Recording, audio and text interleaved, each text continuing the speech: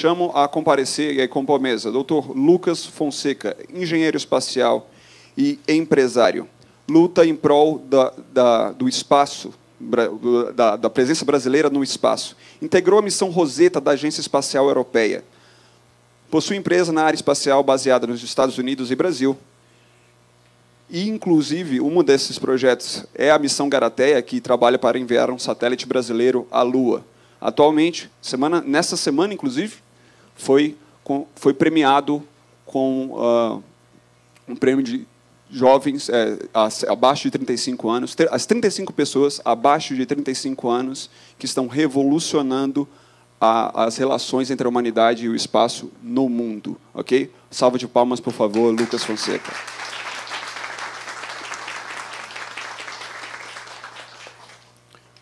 Nossa outra pesquisadora, doutora Caroline Aires, professora e pesquisadora da Universidade de Mogi das Cruzes, possui mestrado em Zoologia pela Unesp de Botucatu, doutorado em Genética pela Universidade de São Paulo, trabalha com avaliações filogeográficas e implicações em zoonoses. Salva de palmas, por favor.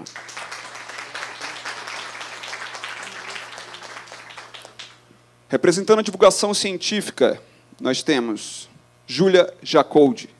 É matemática pela USP, trabalha com avaliação matemática no ensino médio. É criadora do canal Matemaníaca, que divulga matemática de maneira divertida e como forma de arte no YouTube.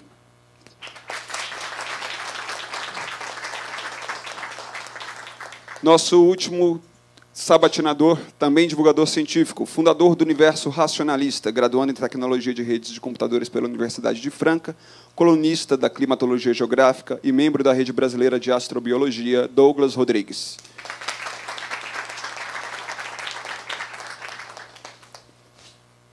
Para a mediação, jornalista científica, especializada em jornalismo científico, possui uma coluna também na Folha de São Paulo, Sabine Righetti.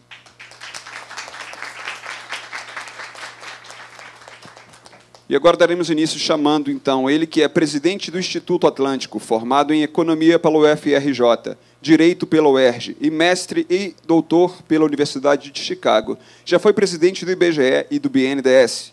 Ele é candidato pelo Partido Social Cristão, Paulo Rabelo.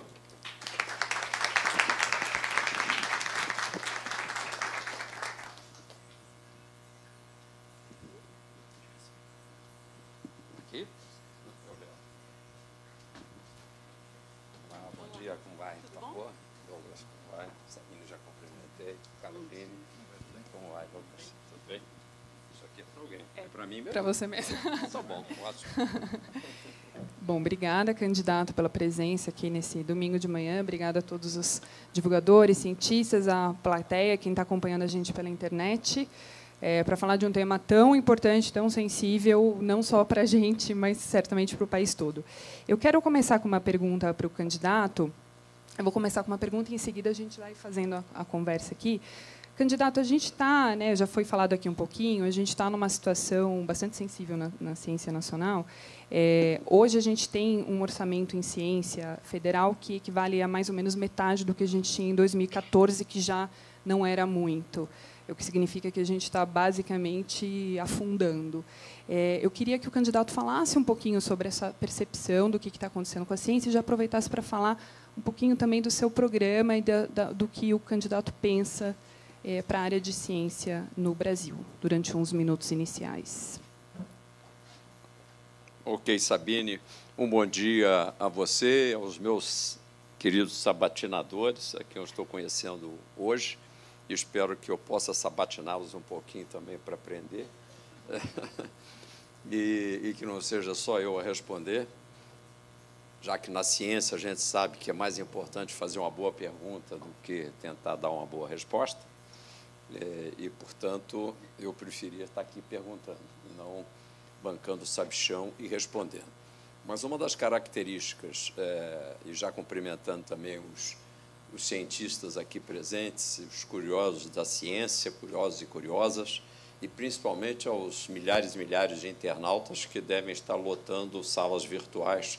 Espero que estejam realmente em grande número nos acompanhando nessa manhã de domingo, e que, para mim, é um prazer e uma honra. E eu quero logo deixar claro porque houve aí uma apresentação mais de representante de candidatos do que de candidatos, e eu posso dizer que todos os meus colegas candidatos estão, de alguma forma, escusados, porque eu tinha uma congestão de pelo menos uns 3 programas distintos na manhã de hoje e até em lugares diferentes, como no Rio de Janeiro, e eu fiz a opção preferencial por estar aqui. O que é que isso significa? E tenho a honra de ser o primeiro. Então, isso também é duplamente bom, porque eu queria dizer que nós temos que, antes de mais nada, ser coerente com o nosso currículo, nosso próprio currículo e com a nossa história. E, com isso, eu, que não sou político, acompanho a política, acompanho políticos, e agora que me excluí na política pelo mesmo estado de indignação com que 99,9% do povo brasileiro hoje se encontra, e posso dizer que, por onde ando, de um modo geral, um estado de indignação, eu também sou movido por essa indignação de dizer, bom, agora a bronca é comigo, não terceirizo mais. E também, neste caso, para não me alongar, não posso terceirizar a prioridade que eu dedico a esse tema do conhecimento. Eu preferia usar a palavra conhecimento, ciência é conhecimento, mas a etimologia é a mesma, mas eu acho que é mais vasto, porque existe uma ciência que é dos cientistas, na hora que a gente está pesquisando, a gente está profissionalmente desenvolvendo ou teorias ou desenvolvendo aplicações de teorias, mas o conhecimento ele precisa estar na sociedade. Então, com isso, é esta a importância que eu atribuo à ciência. A ciência tem que ser, mesmo que ela seja de satélite, já para te provocar, mesmo que seja uma coisa absurda, que em inglês chama-se rocket science, né? Quando você quer dizer uma coisa complicada, essa tarefa nossa de descomplicar é fundamental, porque é a sociedade que precisa, como uma esponja, absorver ciência, absorver conhecimentos. Nós não podemos ter uma pesquisa científica indo bem, e já para entrar no orçamento, eu sou falador, e com o microfone, aí então os seus 12 minutos passam rápido. Mas eu corto. Se precisar, eu corto. Me corte mesmo. Porque nós, às vezes, somos muito ensimesmados. É normal. O cientista, eu também me coloco assim. Aliás, até no meu currículo, sempre essas duas coisas muito emergentes, que foram as minhas participações presidindo o IBGE e o BNDES, em ambas menos de um ano, mas muito me honrou, porque foi, vamos dizer assim, uma preliminar, um esquenta para essa atividade pública. Antes, o que eu estava era na academia, na Fundação Getúlio Vargas, na pesquisa, nunca abandonei a pesquisa, nem mesmo na consultoria, e na empresa sempre estive atrelado a empresas que pesquisam, que desenvolvem produtos, todas elas. E, portanto, eu estou atrelado há mais de 40 anos a essa atividade de conhecer. Portanto, posso dizer que não é apenas pela percentagem do PIB de dedicação orçamentária do governo, do poder público ou das empresas. O IBGE tem uma pesquisa importantíssima que acho que uma boa parte pode conhecer, quem não conhecer, anote, Pintec.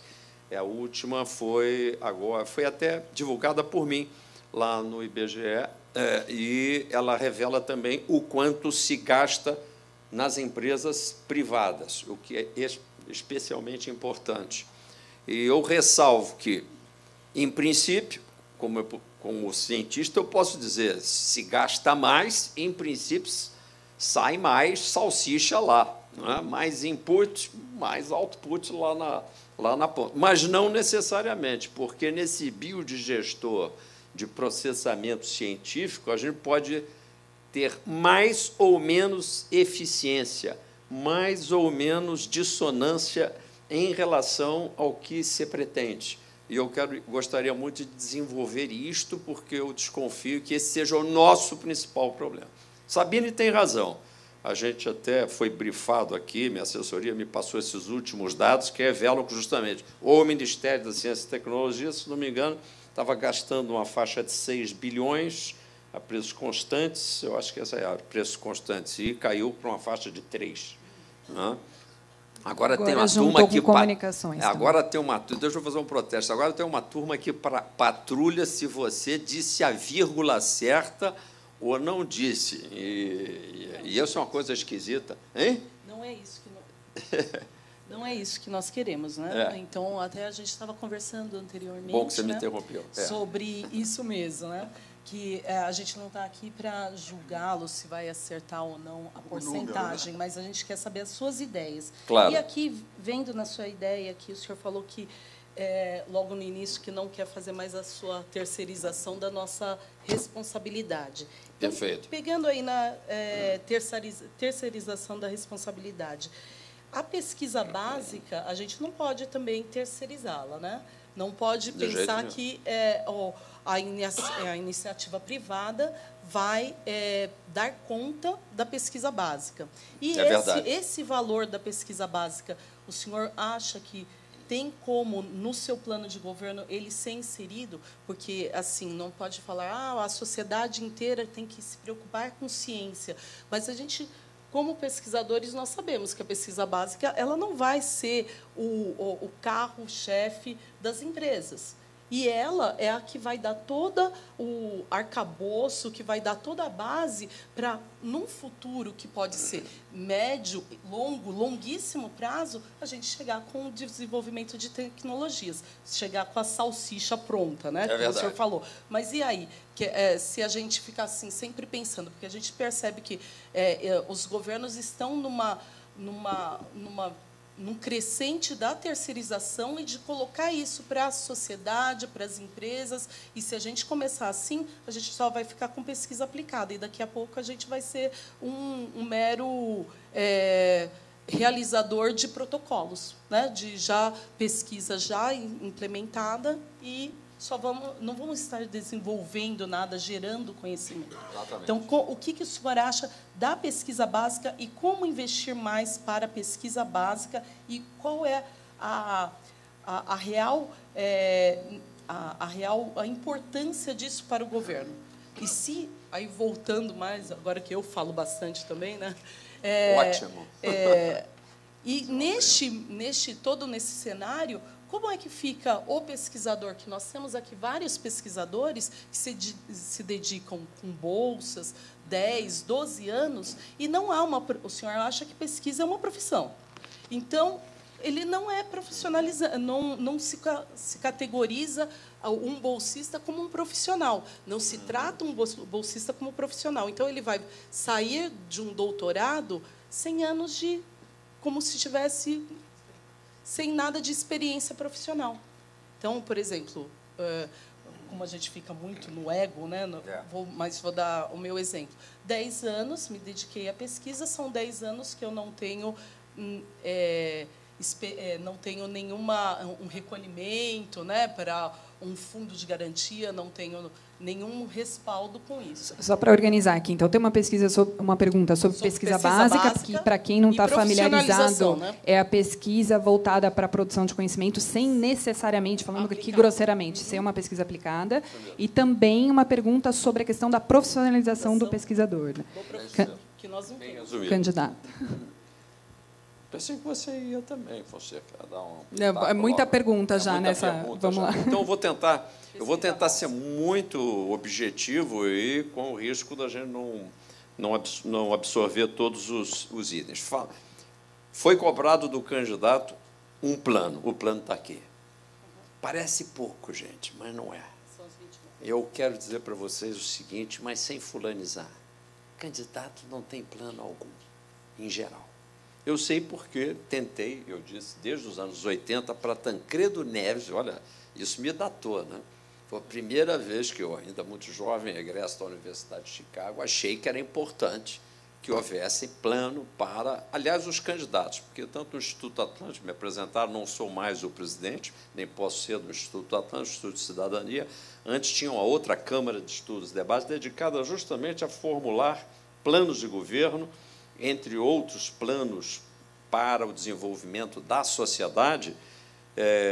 E a gente observa, desde os anos 80, portanto, não estou fulanizando, que a coisa mais difícil é alguém que está se candidatando a ser um dirigente, um líder, que também tem que ser um inspirador ou inspiradora, sempre no masculino ou feminino, de um país, de uma nação, de um povo, que esteja refletindo profundamente como articulará os elementos à sua disposição para fazer com que esse potencial nacional, qualquer que seja, no caso, estamos do potencial em ciência, ele se desenvolva. Mas não é por nada, não, é porque a política ela é, basicamente, uma articulação de interesses, e aí, praticamente, o candidato é tomado em 101% do seu tempo em articulações comezinhas, e deixa por conta de um assessor ou de um grupo de assessores, e aquilo é para cumprir tabela. Não no meu caso, porque eu sou cientista. Um cientista casual, eu chamaria assim, né? Um cientista meio sabático, porque faço pesquisa quando posso, mas não poderia deixar de ter uma abordagem científica para o governo. O governo precisa de plano. O país precisa começar a pensar em votar em planos e não em candidatos. Eu não sei se vou conseguir fazer minha cruzada bem-sucedida a ponto de fazer isto nos debates, e vou cobrar dos demais candidatos. Nesse sentido, eu entro um pouco assim como um contra, não um anti, mas um contra-candidato, porque espero que a gente possa fazer esse contra o quê? Um contraponto com a falta de preocupação. E quero dizer para vocês, e é por isso que acho importante eu estar aqui e vocês realizarem esse esforço de conversarmos sobre o assunto, porque eu diria que a ciência é praticamente a última dessas preocupações. E, no entanto, está aqui, o nosso item 4, é a meta 4 do plano de 20 metas, que eu já passo aqui para os meus sabatinadores, porque, na realidade, todas as metas falam entre si. Também esse é um outro problema. Não existe ciência, por exemplo, em governo falido, em governo cujo orçamento tem déficit primário. Não vou puxar para esse meu lado da economia, porque aí eu vou falar 2 horas seguidas. Mas eu só quero pontuar que, enquanto, por exemplo, não resolvermos o item 8 da área da economia, já que o nosso plano de 20 metas, depois vocês vão todos ter acesso a isso, é distribuído entre áreas que eu chamaria mais voltadas ao desenvolvimento da sociedade, à reforma da economia, o E, e ao aperfeiçoamento das instituições, SEI, SEI, que justamente SEI é de science, é de ciência, também tem a mesma conotação. Por quê? Porque nós temos que saber fazer. E no item 4 da ciência está aqui um projeto que tem a ver com ciência, desenvolvimento científico, desenvolvimento cultural, que é também uma abordagem que, lato sensu, tem a ver, e a criatividade, onde aí você coloca um monte de coisas que tem a ver com tecnologias, etc. e tal. Então, está contemplado, estaria contempladíssimo, e vamos entrar rapidinho no que você disse. O pesquisador da área da pesquisa básica, ele hoje é um abandonado, né?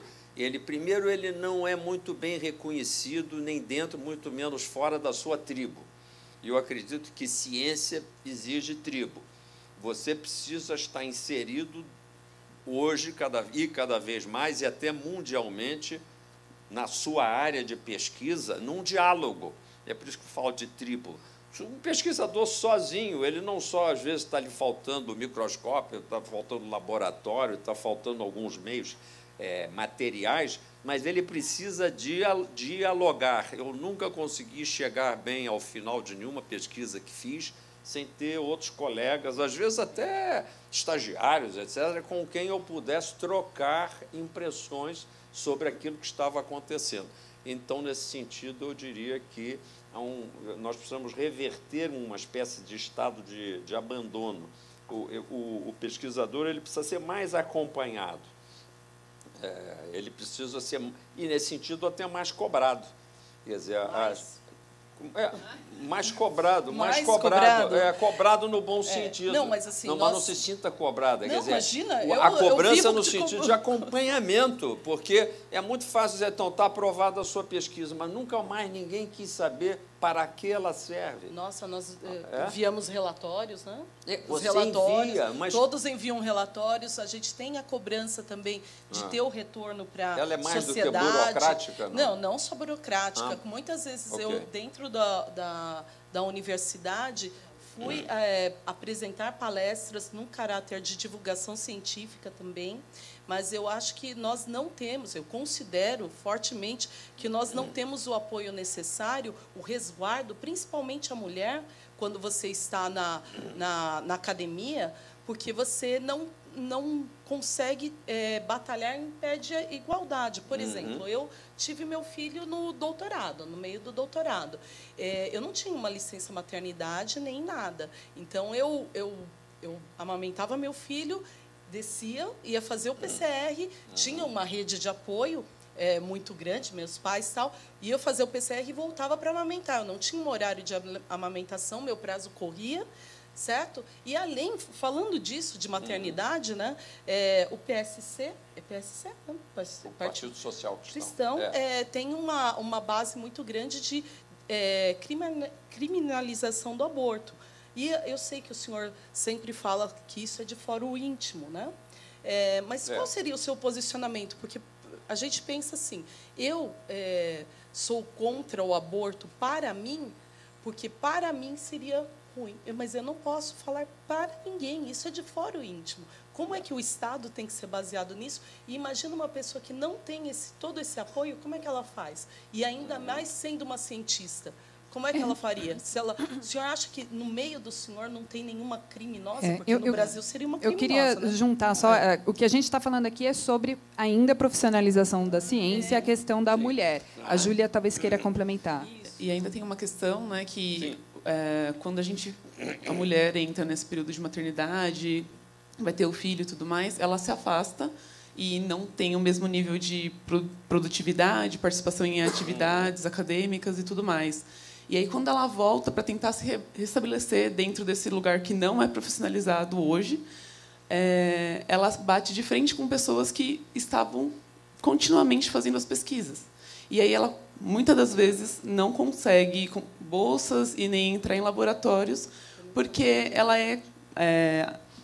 essa entrada de volta ela é em base com um histórico. Só que o histórico dela era de 1 ano, 2 anos aí de maternidade. Sim. E aí isso é uma questão que a gente não debate e a gente deveria conversar mais sobre isso. Porque por que ela ficou 1 ano parada e ela não tem ali como se restabelecer? E aí eu acredito que ela tem até um depoimento de que, quando ela conseguiu a bolsa, tentaram entrar com processo, certo? Então, você tem um hiato aí na sua produção científica. Eu tenho muitas amigas que o que elas fazem quando estão lá com 9 meses, começa a desovar os trabalhos, né, que a gente chama. Começa a desovar os trabalhos para conseguir estar conseguir batalhar em pé de igualdade. Depois, quando você vai, ainda mesmo assim consegue publicar tal. Eu prestei um concurso, né? E o segundo colocado entrou na justiça porque achava que eu fui favorecida, né? Então, assim, isso é uma coisa muito pontual, mas assim, para esses 2 anos que você se dedica à maternidade, ele deveria sair da conta para a gente contar os 5 anos de produção científica, né? Para deixar um pouco mais de pé de igualdade. Mas eu quero pontuar muito aqui da profissionalização. Nós somos muito cobrados. Eu já tive que ir até no programa Gugu, no programa do Gugu, para fazer divulgação científica, porque me cobravam isso. Você tem uma bolsa do CNPq e você paga por nós. Vamos ouvir, então, vamos ouvir o que o candidato pensa sobre a questão da profissionalização. A gente já está indo para 25 minutos do debate. A gente ainda tem que ouvir os outros sabatinadores também. Então, a questão da profissionalização e a questão especificamente da da mulher, lembrando que metade da produção científica nacional é feita por mulher já, mas que as mulheres não conseguem alcançar cargos de chefia em instituições, né, científicas, universidades, muito ligada a essa questão da maternidade, porque existe aquele teto de vidro, né?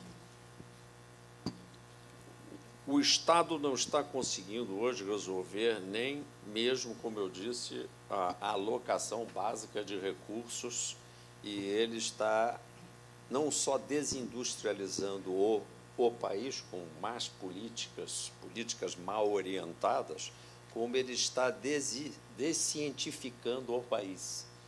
É a impressão que eu tenho, e é, de alguma forma, a impressão, vamos dizer... Uma impressão real. É uma impressão só no sentido de que a gente não pode dizer taxativamente, muito mais aqui entre cientistas, é que é isto, mas o fato é que os dados, experimentalmente, indicam isso.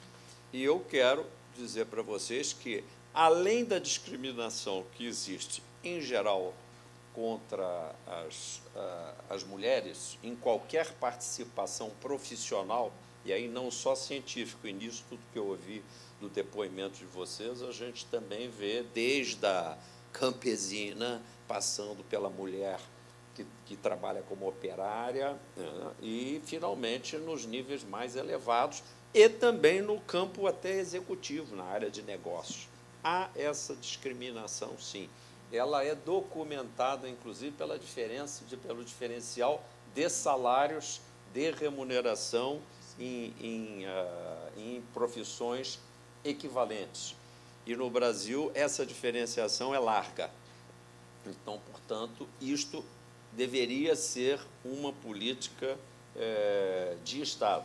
Eu apenas quero dizer para vocês que, enquanto nós não conseguirmos nem mesmo reequilibrar o Estado nas suas finanças, nós vamos estar num Estado que ele, pelo seu nível de desorganização, ele vai promover, se não já por indução, toda essa discriminação. Não é uma boa notícia, mas é por isso que nós achamos que nós temos que ter um plano de metas articulado, em que a gente veja onde é que a gente vai chegar no terceiro andar dessa construção do edifício da nação, mas a base também precisa já ser reconstruída.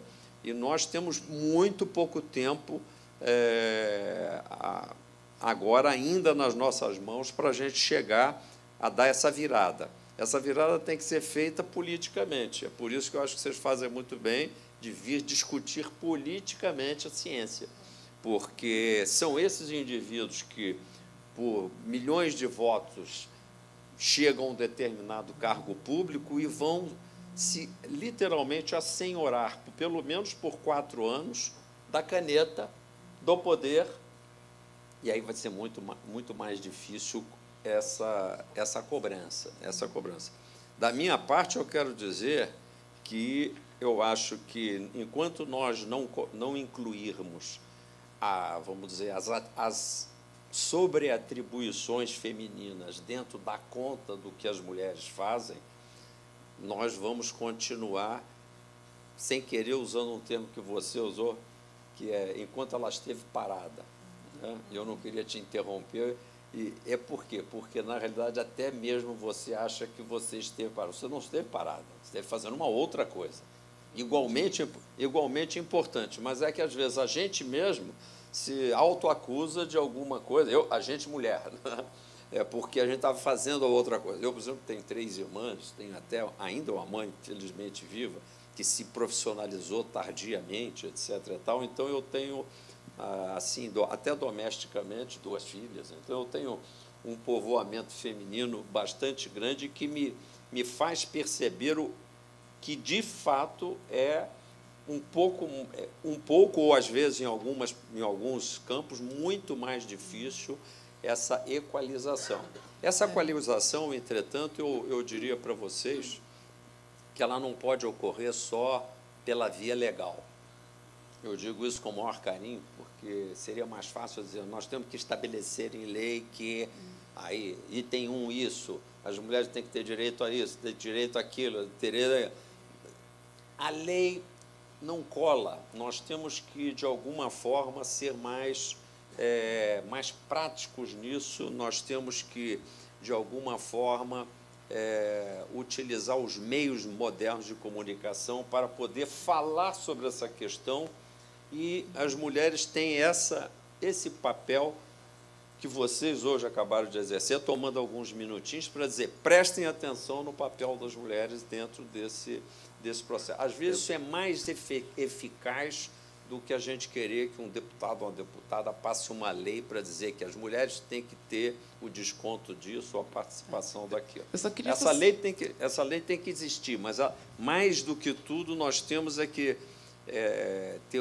vamos dizer assim, um processo e um movimento contínuo de afirmação feminina. Uma mudança cultural. Eu só queria fazer um pequeno comentário, claro, que, assim, de fato, a gente não está parada, estamos fazendo outra coisa. Mas muito importante. A partir do momento que a gente volta, nós somos taxadas como se estivéssemos paradas. Eu entendi o que você quer dizer. Então, a gente é cobrada como se a gente tivesse que...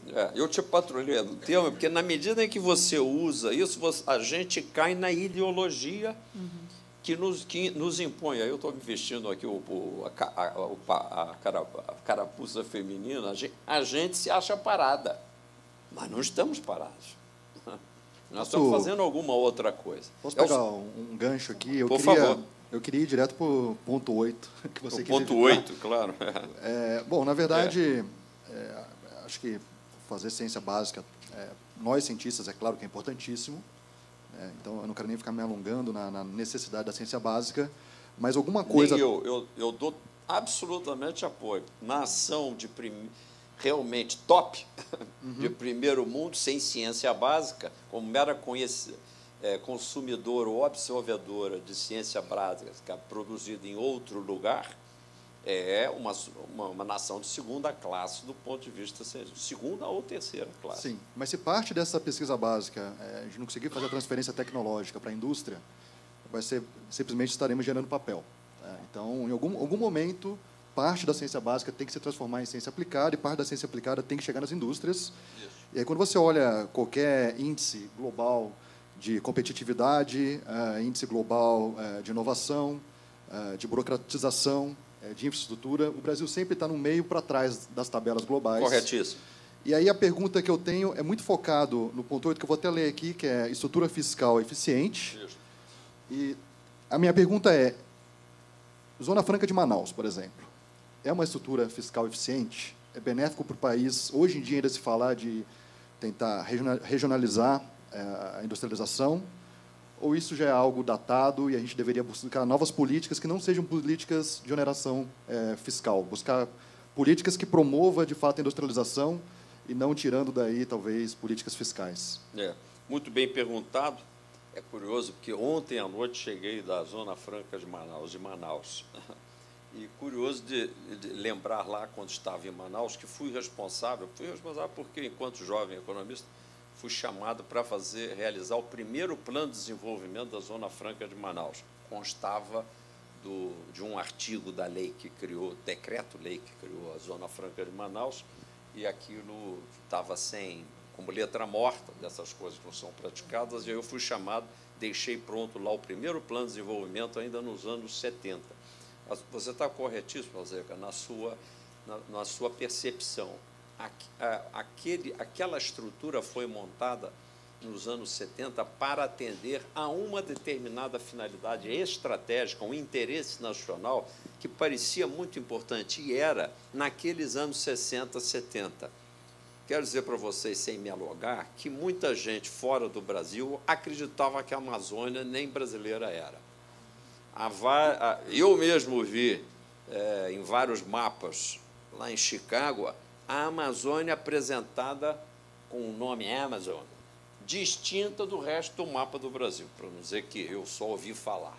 Havia, não sei se chegou a haver, planos estratégicos ocupacionais da Amazônia por forças estrangeiras, ou se aquilo era mais uma coisa misturada também com um conceito de proteção mundial, como se nós brasileiros fôssemos absolutamente incompetentes de controlar cientificamente a preservação da Amazônia, coisa que agora, 40 anos depois, esse panorama mudou. estrategicamente, o Brasil se afirmou. Uma parte dessa afirmação foi produzida por aquela, vamos dizer assim, aquele encapsulamento de uma atividade industrial em Manaus, já que o resto era, embora bem bolado, por exemplo, gestão florestal, produtos extrativistas, que também foram desenvolvidos, turismo, não constituíam a força que um polo industrial constituía. Então, como o Brasil tinha uma outra jabuticaba tributária, jabuticaba no sentido que só aqui que existe, imposto sobre produtos industrializados, quero repetir aqui para os cientistas presentes, que não é da área de vocês, somos o único país do mundo que taxa, torna fato gerador de um tributo, de um imposto, o ato de industrializar. Só aí a gente já pega um pouco o jeito da alma brasileira no campo arrecadador. Dizem que é uma vertente lusitana, estamos na casa de Portugal, mas eu ressalvaria que não pode atribuir essas coisas aos nossos pais portugueses. É erro nosso mesmo, não é? Ou seja, nós conseguimos fazer esse milagre ao contrário, que é taxar o ato de industrializar, sem nem saber se o industrializador já lucrou ou não lucrou, se ele conseguiu vender aquilo com uma vantagem ou sem vantagem. O IPI é uma excrescência tributária que reina até hoje. O que aconteceu? Bolou-se, então, que lá na Zona Franca de Manaus, como era um negócio longe, tinha custo de transportes, etc. e tal, vamos dar isenção do IPI. Resultado, lá se montou uma indústria, vamos dizer assim, de conceito meio que artificial mesmo, ou seja, tudo que fosse leve de carregar, ou seja, que fosse pequeno. Por isso é que apareceram indústria eletrônica, que é algo que, pela relação peso-valor, pudesse vir, quem sabe, até de avião, se fosse o caso, e que fosse taxado aqui, principalmente em São Paulo, ou em Minas, onde fosse, com um IPI elevado. Então, 25% de IPI aqui, 0% lá, né? Peso-valor já justificava esta coisa. Mas com déficit atual. Com déficit hoje, atual. Como está aqui, inclusive, num outro item, que é o item... Você vê que por aí... Eu não sei se você tinha batido o olho aqui na letra miúda, mas se não bateu, foi estrita coincidência. Eu adoro essas minhas 20 metas, eu sou um pouco de orgulho, porque a gente vai conversando e vai percorrendo todas as metas. É isso mesmo. As metas têm que conversar entre si. E está aqui, novo estatuto para a Zona Franca de Manaus, no Indústria 4.i. Eu bolei esse 4.i também, que normalmente a gente fala Indústria 4.0, que é a indústria moderna. E eu digo que é 4.i, mas por causa de uma brincadeira com palavras, o I de inovação, olha lá, a tua ciência aplicada na inovação, o I de investimento, porque também, se não houver ganho por parte dos empreendedores, se não sobrar dinheiro na mão deles, como está acontecendo hoje por excesso de tributação à indústria brasileira, muito difícil ocorrer a ciência aplicada nas indústrias. A Pintec do IBGE já mostra que havia uma patamarização na faixa de 32%, 34%, cerca de 30% de taxa de inovação nas indústrias. Ela vinha assim elevando, mas já em 2012 e 2014 já estava se patamarizando, e eu chutaria que, se fizéssemos a Pintec hoje, nós estaríamos talvez abaixo de 30% de taxa de inovação por falta de recursos das empresas para inovar. Isenção, porque a indústria não pode ser hipertributada, e internacionalização, que é a capacidade de competir mundialmente. Então, você veja que, na realidade, você perguntou sobre estrutura fiscal nossa, que não é eficiente, ela é terrivelmente ineficiente, que prejudica a meta 12, você não consegue ter indústria, que prejudica mais ainda a meta 5, que é educação do futuro, e a meta 4, que é ciência e cultura. Por quê? Porque as metas 4 e 5, educação, ciência, cultura, exigem uma verba pública que, se você tem um orçamento desequilibrado, esqueçam, vão cortar exatamente naquelas rubricas que se consideram menos essenciais. Então, na realidade, são essencialíssimas. Mas o burocrata, ele olha aquele orçamento e ele vai cortar exatamente na área que tem menos capacidade política de chiar. Então, é muito importante, por isso que é importante... Por isso que a gente está chiando. É bom, e que trago aqui os candidatos, ou pelo menos os representantes de candidatos. Eu acho que, no meu caso, você não precisa extrair declaração de que ciência é prioridade, porque o Brasil não vai a lugar nenhum sem educação e ciência. Aliás, mas não é o Brasil que não vai. O mundo do conhecimento que nós vivemos neste século é o século do conhecimento. Só não estou inovando ao dizer isto. É constatação. Portanto, se nós não tivermos uma sociedade muito propensa à pesquisa, e aí eu repito, num estágio superior, no meu sonho, uma sociedade que compartilha conhecimentos amplamente, onde as pessoas, com facilidade... Eu sempre lembro daquele Mecânica Popular nos Estados Unidos. Eles têm assim, a ciência é um pouco mais acessível.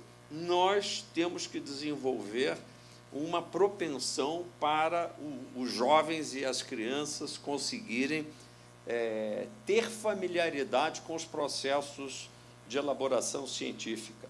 A própria educação tem que mudar muito para ser uma educação mais de indagação, uma educação, e aliás consta que isso aqui não são só esse folhetim, não, são mais de 300 páginas, mais de 200 páginas que nós temos no nosso plano de governo, desenvolvendo isso aqui tudo. E no capítulo Educação, nós temos caído muito na linha mais alemã, mais finlandesa, de que não adianta nós termos, por exemplo, currículos excessivamente extensos, falando de tudo e de todas as coisas, e não aprofundando nem realmente habilitando o jovem ou a criança para aprender, de fato, nada. Candidata, a gente já está indo para 40 minutos do debate. Sim. E eu acredito que os sabatinadores, inclusive, têm perguntas voltadas à questão da educação, na educação básica, para a formação, né, do cientista. Eu me adiantei Quem um pouco. Quer? Mas, então, eu vi que você coloca a área da ciência como se não fosse uma prioridade. Mas todos os países, de fato, que investiram em ciência básica, terão suas economias cresceram. Por exemplo, o Japão investiu em ciência básica, suas economias floresceram, teve grandes avanços tecnológicos. Mas, assim, eu não ouvi você dizer qual seria o meio para sustentar o pesquisador que faz ciência básica. Porque é muito fácil falar que tem um plano aqui e não dizer os meios para a gente alcançar eles.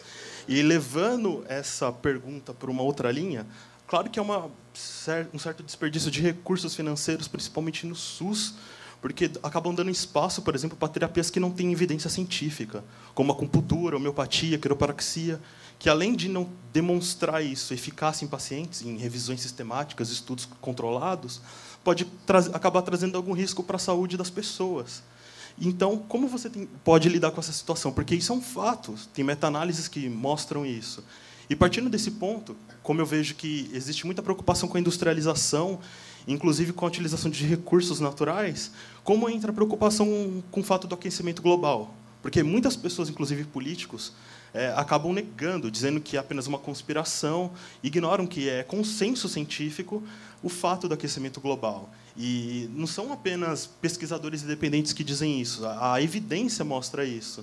Então, como é que você pretende lidar com essas três situações principais? Investimento, de fato, na ciência básica, porque tem que criar as condições perfeitas para que os pesquisadores libertem sua criatividade, porque grandes preocupações financeiras acabam perturbando a mente do pesquisador. E a questão da pseudociência no sistema de saúde, e a questão do aquecimento global, que eu acho totalmente importante. Eu acho que as duas últimas questões, na verdade, dizem respeito a um negacionismo do conhecimento científico na área da saúde, em várias áreas. Quer dizer, existe a informação científica, mas a política, né, nas suas decisões, inclusive da política pública de saúde, nega esse conhecimento científico. Então, eu dividiria as suas três perguntas em 2 pontos. A questão de como, enfim, apoiar a ciência básica e a questão, né, disso que está acontecendo, né, de negar o conhecimento científico para tomar decisões. E só para pontuar aqui, aí ficaria no plano de governo do senhor mesmo, aqui na meta 13, que é Planeta Agro. Aumentar mais em 30% a produção de grãos. Então, aí vai de encontro a tudo que o Douglas falou, aquecimento global, a utilização do cerrado como um grande celeiro, tirando a biodiversidade da região? E como é que vai aumentar esses 30% aqui, se todos os índices indicam, científicos indicam que está tendo uma perda da biodiversidade local e que isso não é um desenvolvimento sustentável? Como é que vai aumentar? Se o atual modelo já não é sustentável, como vai aumentar isso em 30%? Vários assuntos.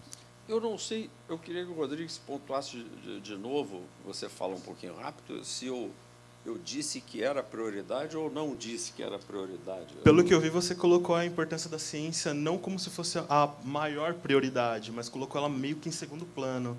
Só que... Essa impressão? Essa impressão que o senhor deu. Até que você não deu uma solução de como investir na ciência básica, como fazer isso de uma maneira eficaz, sem precisar, por exemplo, cortar mais investimentos, por exemplo, em outras áreas. Eu queria saber qual. Eu gostaria de saber como você vai aplicar. É o que eu disse. Então, agora eu entendi a sua dúvida. O que eu estou sendo é absolutamente correto, honesto, porque, aliás, estamos falando de ciência, tem que falar de honestidade intelectual. Sim. E eu estou apontando, porque a minha área de ciência é econômica. E, portanto, uma das coisas que a gente estuda nesta área é a alocação de recursos que são distribuídos entre oportunidades que competem entre si.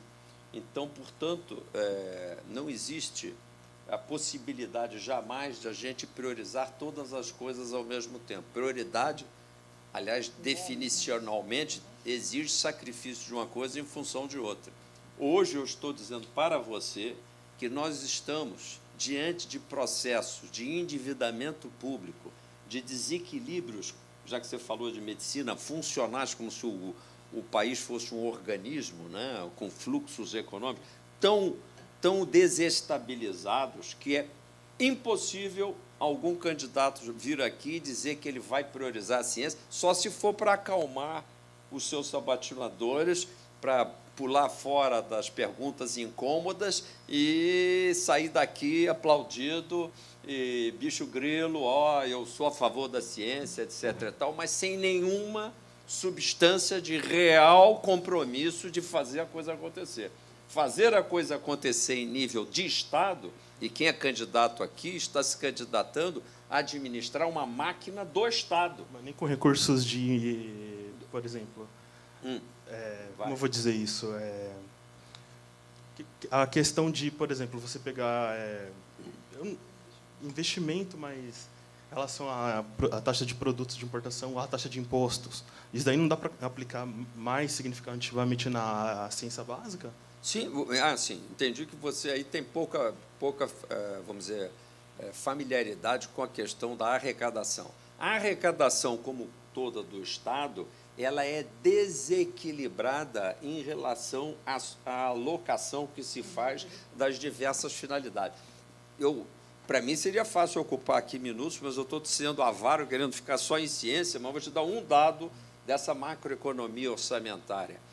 Tem uma arrecadação que, só no governo federal, não se arrecada mal. E não comecem a dizer que temos que aumentar imposto de alguém, que é a coisa mais terrível, e aí vai matar a indústria, mais do que já mata. Então, vamos tentar manter impostos como estão, ou até reduzi-los, se possível. Mas você acha justo, por exemplo, deixa eu terminar uma pessoa da classe mais baixa pagar um imposto como uma pessoa da classe mais alta? Deixa ele terminar esse raciocínio para a área da ciência. Leva a outra. Não, aí nós já estamos fazendo um debate sobre taxação. Por isso que eu estou tentando só te dar um exemplo de como está difícil alguém que representa o Estado brasileiro, ou pretende representá-lo, chegar aqui e dizer que vai priorizar X bilhões, como a Sabine colocou, eram 6 bilhões, passou para 3, por que houve esse corte? Alguém malvado está querendo ter menos ciência? Não, é porque há um desequilíbrio gravíssimo, só que é na faixa não de 6 para 3 bilhões, é de trilhão, porque a arrecadação chega a 1,3 trilhão, 1 trilhão e 300 bilhões, é um oceano de dinheiro. No entanto, se eu te disser que, ano passado, 38% do total dessa arrecadação, 38% em linhas gerais, é apenas para pagar os juros que servem à dívida interna, à dívida pública brasileira. 38%. Se a gente somar o que se gasta em relação à Previdência, dizer, bom, mas a Previdência é importante, claro, mas ele é o tipo do gasto que não tem repercussão, vamos dizer assim, produtiva nenhuma. É uma transferência para quem é idoso ou inabilitado, etc. Mas cerca de vai lá, em termos gerais, uns 30%. Soma as duas, 36 mais 38, arredondando números, alarmantemente, 70% desse trilhão e varada já foi consumido com dois grandes itens que não tem nada que ver com ciência, nada. Um é para rolar juros, imagina, 30 e tal %.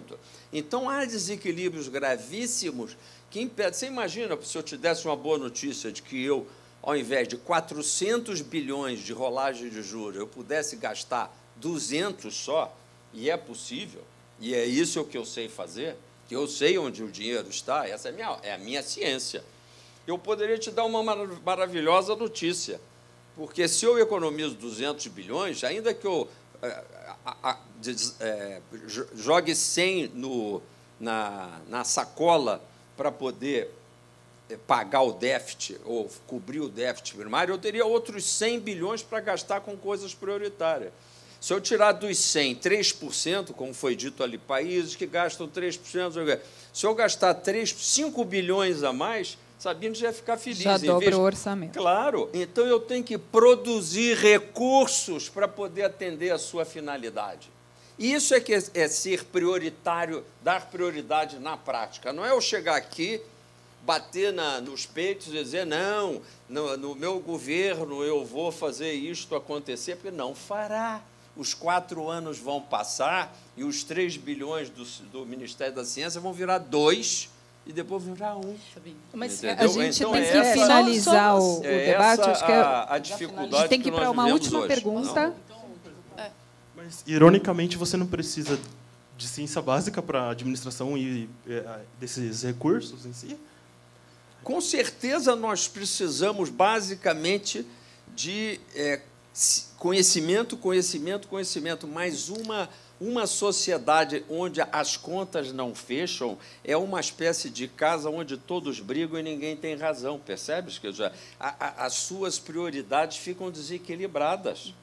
Eu gostaria... a sociedade não funciona bem. Então, eu estou concordando com você, a minha prioridade é absoluta, a educação. Só faltava alguém que é do ramo científico chegar e dizer, não, eu não sei, eu fui lá fazer um PhD, mas aquilo ali era só para arrumar umas ideias para ganhar mais dinheiro. Não é isso.